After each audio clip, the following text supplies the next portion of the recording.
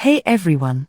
Today, in this video, I am going to show you how to easily get Terraria in Infinite Craft game. So, let's get started. First think first. Take earth and put in the field, and then take wind and put in the earth.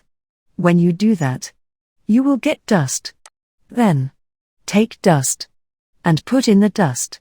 When you do that, you will get sand. Now, remove the sand. Now, take water and put in the field. Then, take fire and put in the water. When you do that, you will get steam. Then take fire and put in the steam. When you do this, you will get engine.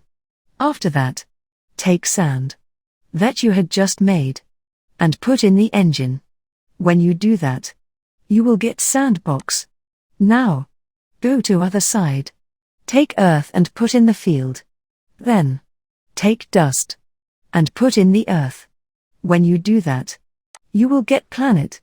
Now, take sandbox and put in the planet, and you will get Minecraft.